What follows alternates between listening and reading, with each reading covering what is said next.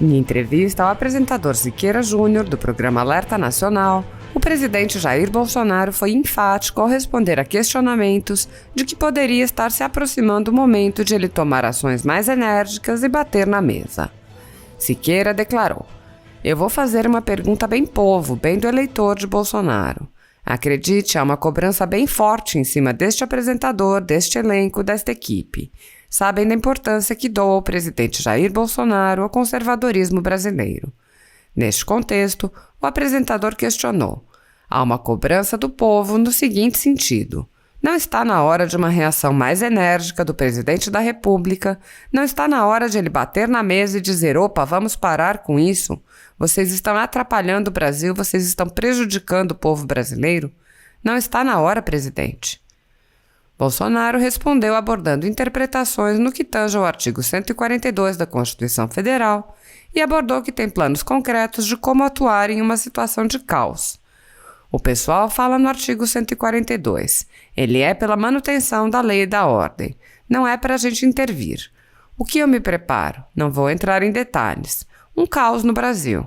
Essa política de toque de recolher é um absurdo. É um absurdo isso aí. Se tivermos problemas, nós temos um plano de como entrar em campo. E eu tenho falado. Eu falo o meu. O pessoal fala que não. Eu sou o chefe supremo das Forças Armadas. O nosso exército, as nossas Forças Armadas, se precisar, iremos para as ruas, não para manter o povo dentro de casa, mas para restabelecer todo o artigo 5º da Constituição. Dessa forma, o mandatário salientou que as Forças Armadas irão cumprir eventual decreto destinado a suprimir atos arbitrários de autoridades. As Forças Armadas, se eu decretar isso, vai ser cumprido esse decreto. As Forças Armadas podem ir para a rua um dia sim, dentro das 4 linhas da Constituição, para fazer cumprir o artigo 5º, direito de ir e vir, acabar com essa covardia de toque de recolher, por direito ao trabalho, liberdade religiosa, de culto, cumprir tudo aquilo que está sendo descumprido por parte de alguns governadores e de alguns poucos prefeitos, mas atrapalha toda a sociedade. No ensejo, o chefe de Estado voltou a proferir severas críticas ao STF. É um poder excessivo que, lamentavelmente, o Supremo Tribunal Federal delegou. Qualquer decreto de qualquer governador, qualquer prefeito, levar um transtorno à sociedade, de onde vem a indignação que você fala, está chegando a hora. Agora, o que acontece? Eu não posso extrapolar, e isso que alguns querem, que a gente extrapole. Ademais, Bolsonaro assestou a covardia de determinadas autoridades, além de afiançar que está em sintonia com seus ministros. Eu estou junto com meus 23 ministros. Você pega e da Damares ao Braga Neto, todos os 23 praticamente conversados sobre isso aí, o que fazer se um caos generalizado se implantar no Brasil pela fome, pela maneira covarde como alguns querem impor essas medidas, estão impondo certas medidas restritivas. Digo mais, o caldo só não entornou no ano passado em função do auxílio emergencial. Se não fosse isso, 38 milhões de pessoas chamadas de invisíveis, de informais, iriam com fome para a rua. Agora, não temos como manter por muito tempo o auxílio emergencial, por isso que ele vem diminuindo. Neste contexto, o representante advertiu para os riscos do endividamento do país. O pessoal fala, é fácil falar. Mantém R$600. Por mês, se gastava, se endividava em torno de 50 bilhões. Você não aguenta. É igual você ir a um banco e pedir um empréstimo. Mais um, e daqui a pouco você quebrou. Agora, o Brasil não pode quebrar. Nós temos responsabilidade. Eu sempre disse, nós temos 2 problemas pela frente, o vírus e o desemprego, que tinham de ser tratados de forma simultânea e com responsabilidade. Bolsonaro criticou, ademais, o alinhamento da imprensa e de autoridades quanto à situação do povo. Eu converso com o povo, amanhã vou estar na rua de novo. E a imprensa, em vez de me acompanhar, falar o que está acontecendo, eu estou no meio do povo, meu Deus do céu. Eu não posso ficar preso no Palácio da Alvorada, comendo bem, tem tudo lá dentro. Não posso ficar lá e vendo o povo lá fora se virando. Nesta esteira, ele convidou. Gostaria que a maioria ou grande parte dos chefes do executivo municipais e estaduais fizessem o que eu faço, para ver o que está acontecendo. Estive na comunidade de Chaparral, em Brasília. Estive em 4 casas. A mulher era manicure, não é mais. Ganhava em torno de 3 mil por mês. Zero. Pode abrir a geladeira, minha senhora? Você abre e tem um chuchu lá dentro. Como a senhora sobrevive? É um povo humilde. Agora esse povo tem limite também. Alguns acham que pode continuar oprimindo que não vai ter consequências. Desse modo, o presidente voltou a salientar que os cidadãos podem confiar em sua atuação e nas Forças Armadas. Se tivermos problemas sérios, pode ter certeza que nós vamos entrar em campo para resolver o assunto e acabar com essa palhaçada de alguns simplesmente ignorarem as necessidades básicas desse povo e quererem manter presos dentro de casa. O dignitário mencionou os governos de Lula e Dilma comparando. Eu peguei uma casa completamente bagunçada, ética, moral e economicamente. Alguns acham que eu tenho o poder de resolver na hora. Muita coisa nós estamos resolvendo de verdade. Aqueles ataques à família. Na escola, aquele péssimo currículo escolar. A roubalheira. Eu peguei um Brasil onde estatais davam prejuízo de dezenas de bilhões de reais e agora dão lucro de dezenas de bilhões de reais. Dou um exemplo. Itaipu Binacional. Tinha um lucro de 100 milhões, investia 100 milhões por ano. Estamos investindo 2,5 bilhões só na Itaipu Binacional.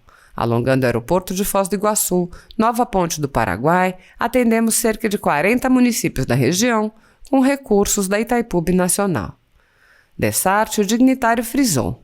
Caixa Econômica Federal. Os lucros do governo Lula até agora têm crescido a uma razão geométrica assustadoramente, apesar de o Pedro da Caixa ter reduzido a taxa de juros do cheque especial, ter atendido a Santa Casa, criado mais agências pelo Brasil. Agora a pressão é muito grande. Mas eu quero só lembrar que eu adorei todas as intervenções, são profundas e muito também indignadas sobre um estado de exceção que está imperando no Brasil, uma ditadura do Supremo Tribunal Federal instaurada no Brasil. É uma ditadura que está sendo instaurada no Brasil por esses ministros do Supremo Tribunal Federal.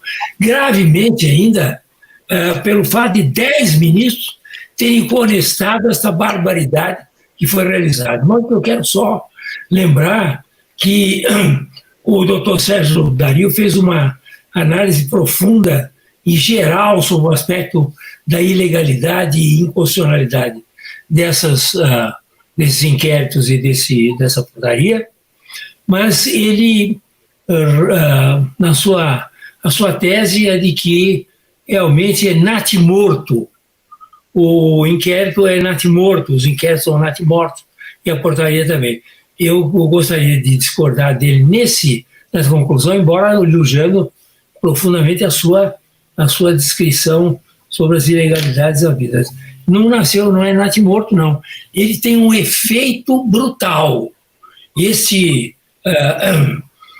inquéritos têm um efeito enorme na sociedade, estão criando um constrangimento na sociedade, um medo na sociedade, um terror na sociedade, de falar mal dos ministros do Supremo Tribunal Federal. E isso é o que eles queriam, isso é que eles desejavam e desejam com o inquérito. Eles não querem nada que o inquérito seja julgado em primeira instância, que vá para lá, que seja arquivado, porque não tem consistência, não interessa a mínima. Interessa que eles, ao prorrogar 6 meses, não prorrogando, agora com o aval de 10 ministros, tá certo? Vão prorrogar, é para criar o terror na sociedade, criar o estado de exceção que eles estão criando na sociedade. Esse é o objetivo. E, portanto, a questão aqui também, eu gostaria de elogiar muito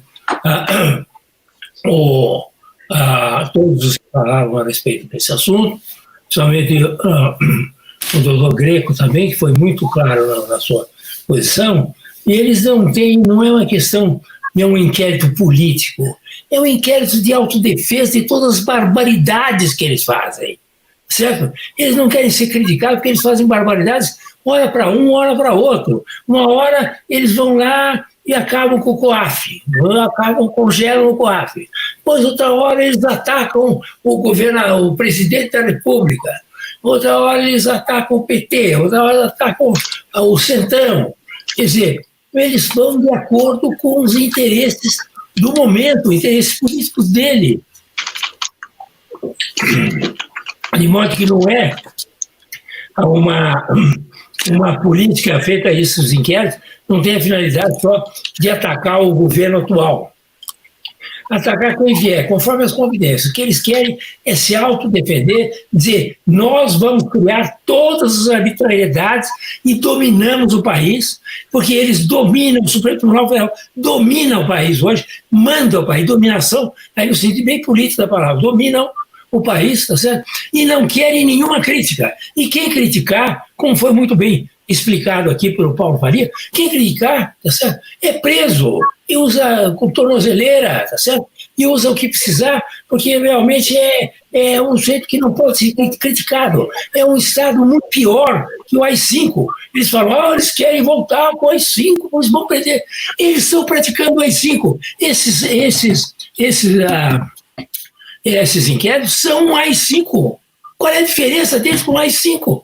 Pelas arbitrariedades, pelas violências que eles fazem contra as suas vítimas. E eles, vítimas, criam vítimas, tá certo?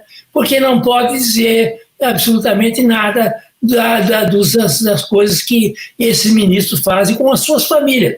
Ao defender as famílias, estão dizendo porque a família também faz coisa errada, tá certo? Então eles sabem, que todo mundo sabe, está lá na Lava Jato, todas as denúncias de empreiteira, tem o nome lá de famílias dos ministros, tá certo? Então eles não querem isso, eles querem criar o terror no Brasil. Nós temos no Brasil hoje um estado de exceção por causa desses inquéritos e dessa portaria. É essa a realidade. E eles vão em frente. Eles vão agora prorrogar por mais 6 meses, daqui a pouco prorrogam por mais 6 meses, e assim vão até o fim do mundo, porque é um inquérito do fim do mundo mesmo.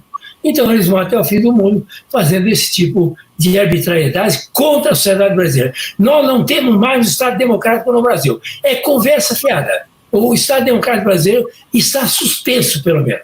Não, há uma suspensão do Estado democrático de direito no Brasil enquanto viger esse tipo de conduta e de inquéritos e portarias do Supremo Tribunal Federal. Deixa eu só acrescentar uma coisinha aqui. A turma tá agoniada querendo solução, não é? Eu estou vendo a galera toda aqui mandando mensagem, qual é a solução, qual é a solução, qual é a solução? Eu vou até submeter uma solução a vocês, eu posso estar um pouco louco, né, com tudo que está acontecendo, mas a nossa única alternativa não é contar com o Senado, porque a gente sabe que ali é uma troca, né, de gentileza. Então, quer dizer que aí eu particularmente, junto com o senador, né, que começou o mandato ano passado, nós propusemos o impeachment do Gilmar Mendes, e obviamente que isso não vai andar, né? Então, nós temos que ter, na verdade, mecanismos populares para que a coisa funcione. Então, a minha sugestão, já que a gente tem que ter uma sugestão, a minha sugestão, primeiro, nós temos que fazer uma PEC, um projeto de emenda à Constituição, prevendo uma iniciativa popular, obrigando o presidente do Senado a colocar em pauta os processos que digam a respeito aos impedimentos dos ministros do STF. Porque se não for assim, nós não temos os projetos de iniciativa popular para as leis, por que a gente não pode obrigar ao chefe do Congresso Nacional, ao chefe do Poder Legislativo, a fazer isso? Porque eles estão lá, eles são nossos representantes. Eles não são nada mais, nada menos do que nossos representantes. Mas de representantes eles não têm absolutamente nada.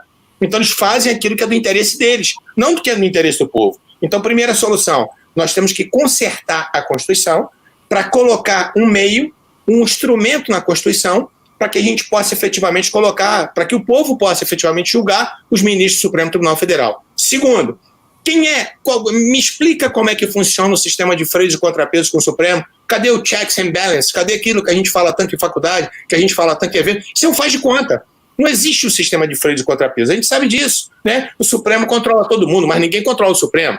Então, o que nós temos que fazer? Nós temos que também ter um projeto de emenda à Constituição criando uma corregedoria especial para o Supremo Tribunal Federal, não compostas por ministros do Supremo. Ou seja, tem que ser pessoas alheias ao Supremo Tribunal Federal. Aí sim, a gente vai começar a ter um sistema de freios e contrapesos. Ou seja, 5 pessoas escolhidas, 5 juristas renomados, escolhidos das instituições OAB, Ministério Público, Magistratura, Congresso, não importa. mas que esses 5 sejam isentos, não façam parte da Suprema Corte e possam, inclusive, afastar os ministros. Todos nós passamos por corregedoria. Eu já respondi vários processos da minha corregedoria. Quem trabalha responde processo da corregedoria. Então, assim, às vezes uns amigos, né, que são novos do BP vêm reclamar comigo, Rogério, né, tem uma representação contra mim. Eu falei, amigo, seja bem-vindo à família, é assim que funciona. Então, a gente tem que se explicar com a sociedade. Então, por que eles não se explicam? Então, na minha sugestão, para acabar com a agonia da galera aqui toda que está perguntando quais são as sugestões, na minha concepção, são 2 projetos de emenda à Constituição. Efetivamente, fazendo essa iniciativa popular, né? Para que o presidente do Senado, se ele não cumprir com o papel dele, porque ele é prevaricador, porque ele não cumpre com o papel, tem inúmeros pedidos de impeachment no Senado. Por que isso não se coloca em pauta? Ou seja, quer dizer que as vozes dos senadores não valem absolutamente nada? Segundo, a necessidade já passou do tempo, na verdade, de se ter uma corregedoria. Por quê? Que eles não são passíveis de serem punidos administrativamente? Por que isso não acontece? Ou seja, eles não são supremos. Supremo, quem for, e se for, é o tribunal, e não as pessoas que compõem o Supremo. Então, eu estava agoniado, era para poder falar isso antes que vocês fossem embora, né, para que vocês pudessem até criticar também um pouquinho aí.